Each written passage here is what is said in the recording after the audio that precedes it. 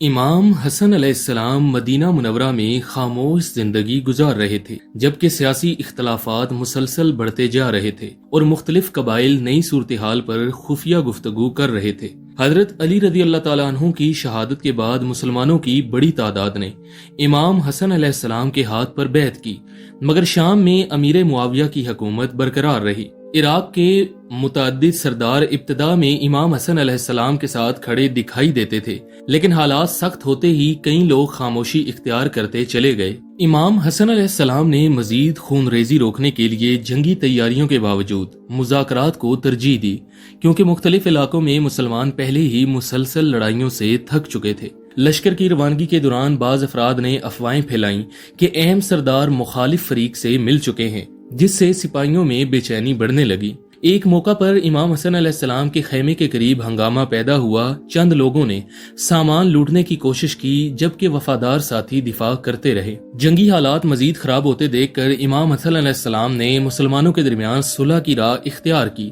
تاکہ مسلسل خون ریزی اور انتشار کو روکا جا سکے۔ صلح کے بعد امام حسن علیہ السلام مدینہ واپس تشریف لائے، جہاں انہوں نے عبادت، تعلیم اور اہل بیت کے ساتھ پرسکون زندگی گزارنا شروع کر دی۔ مدینہ میں آنے والے مختلف قافلے سیاسی حالات کی خبریں لاتے رہتے تھے، جبکہ لوگ امام حسن علیہ السلام سے ملاقات کر کے پرانے واقعات کے متعلق سوال کرتے تھے۔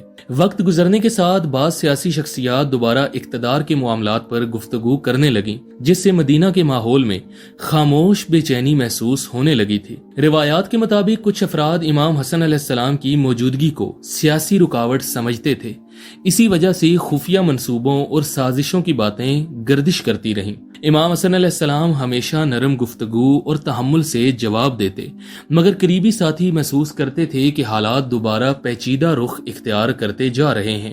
مدینہ میں امام حسن علیہ السلام کے گھر آنے جانے والوں کی تعداد بڑھتی جا رہی تھی، جبکہ مختلف قبائل کے نمائندے مستقبل کے سیاسی حالات پر خفیہ تبصرے کرتے تھے۔ بعض تاریخی روایات میں ذکر ملتا ہے کہ امام حسن کو زہر دینے کی منصوبہ بندی خاموش انداز میں کئی دنوں تک جاری رہی تھی۔ روایات کے مطابق زہر ایک قریبی ذریعے سے دیا گیا، جس کے بعد امام حسن علیہ السلام کی طبیعت اچانک خراب ہو گئی اور شدید تکلیف محسوس ہونے لگی۔ امام حسن کی بیماری کی خبر مدینہ میں تیزی سے پھیل گئی، جس کے بعد اہل بیت، رشتہ دار اور قریبی ساتھی مسلسل ملاقات کے لیے آنے لگے۔ بیماری بڑھنے کے دوران امام حسین علیہ السلام اکثر بھائی کے پاس موجود رہتے، جبکہ گھر کا ماحول خاموش، پریشانی اور مسلسل دعاؤں سے بھرا رہتا تھا۔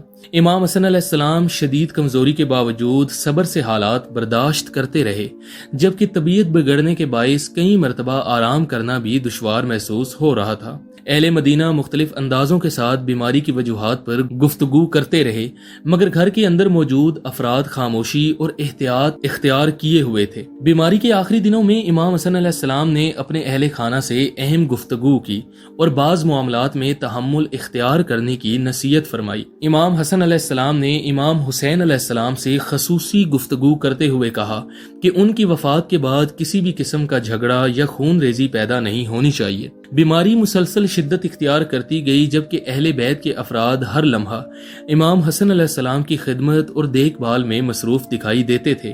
ایک دن طبیعت بہت زیادہ خراب ہونے پر گھر کے افراد کو محسوس ہوا کہ امام حسن علیہ السلام کی زندگی کے آخری لمحات قریب آ پہنچے ہیں۔ امام حسن علیہ السلام نے آخری وقت میں اہل خانہ سے ملاقات کی، دعا فرمائی اور خاموش انداز میں اپنے رب کی طرف رجوع کرتے رہے۔ امام حسن علیہ السلام کی وفات کی خبر مدینہ میں پھیلتے ہی فضا غمگین ہو گئی، جبکہ اہل بیت اور مسلمانوں کی بڑی تعداد رنجیدہ دکھائی دینے لگی۔ تدفین کے معاملات پر بعض تاریخی روایات میں اختلافی صورتحال کا ذکر ملتا ہے، جس کے باعث مدینہ میں وقتی کشیدگی اور بے چینی پیدا ہو گئی تھی۔